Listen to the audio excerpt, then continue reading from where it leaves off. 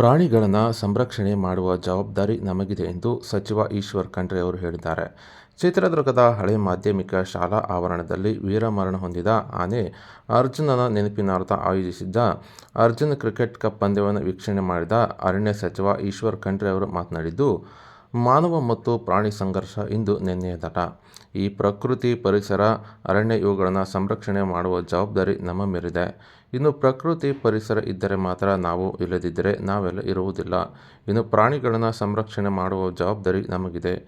ದೇಶದಲ್ಲೇ ಅತಿ ಹೆಚ್ಚು ಆನೆಗಳು ನಮ್ಮ ರಾಜ್ಯದಲ್ಲಿವೆ. ಇನ್ನು ಹುಲಿಗಳ ಸಂಖ್ಯೆಯಲ್ಲಿ 2ನೇ ಸ್ಥಾನದಲ್ಲಿದ್ದು, ಪ್ರಾಣಿಗಳನ್ನು ಸಂರಕ್ಷಣೆ ಮಾಡಿ ಮುಂದಿನ ಪೀಳಿಗೆಗೆ ನಾವು ಉಳಿಸಬೇಕಿದೆ ಎಂದು ಸಚಿವ ಈಶ್ವರ್ ಖಂಡ್ರೆ ಅವರು ತಿಳಿಸಿದ್ದಾರೆ. ಈ ಒಂದು ಪ್ರಕೃತಿ, ಪರಿಸರ, ಅರಣ್ಯ ಇವೆಲ್ಲವನ್ನು ಸಂರಕ್ಷಣೆ ಮಾಡುವಂತಹ ಜವಾಬ್ದಾರಿ ನಮ್ಮ ಮೇಲೆ ಇದೆ. ಯಾಕೆಂದ್ರೆ ಪ್ರಕೃತಿ, ಪರಿಸರ ಇದ್ರೆ ಮಾತ್ರ ನಾವೆಲ್ಲ ಇದ್ದೀವಿ, ಇಲ್ಲದಿದ್ರೆ ನಾವು ಯಾರು ಇಲ್ಲ.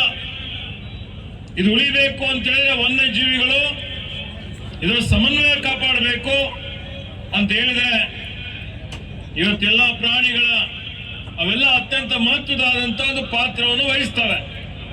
ಹೀಗಾಗಿ ನಮ್ಮಲ್ಲಿ ಇವತ್ತು ವನ್ಯಜೀವಿ ಸಂರಕ್ಷಣೆ ಕಾಯ್ದೆ ಇದೆ 72ರಿಂದ. ಅದಕ್ಕೆ ಸಂರಕ್ಷಣೆ ಮಾಡುವಂಥದ್ದು ಜವಾಬ್ದಾರಿ ಇದೆ.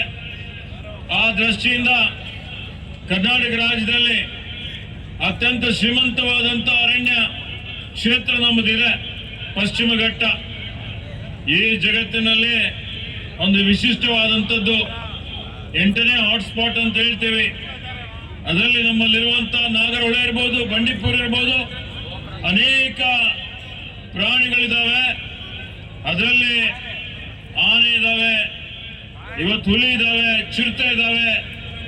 ಹೀಗಾಗಿ ಅದರಲ್ಲಿ ಇಡೀ ದೇಶದಲ್ಲಿ ಎಲ್ಲಕ್ಕಿಂತ ಹೆಚ್ಚಿನ ಆನೆ 6395 ಆನೆಗಳು ನಮ್ಮ ರಾಜ್ಯದಲ್ಲಿದ್ದಾವೆ.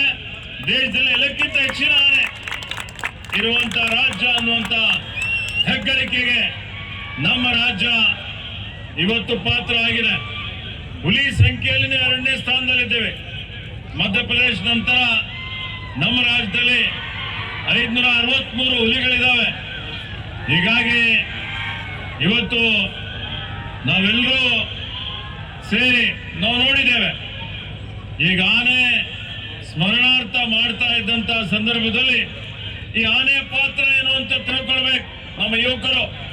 ನೀವೆಲ್ಲ ಕ್ರಿಕೆಟ್ ನೋಡ್ಲಿಕ್ಕೆ ಬಹಳ ಉತ್ಸುಕರಾಗಿದ್ದೀರಿ. ಈಗಾಗಲೇ ಪ್ರಾರಂಭ ಆಗ್ತದೆ ನಿಮ್ಮ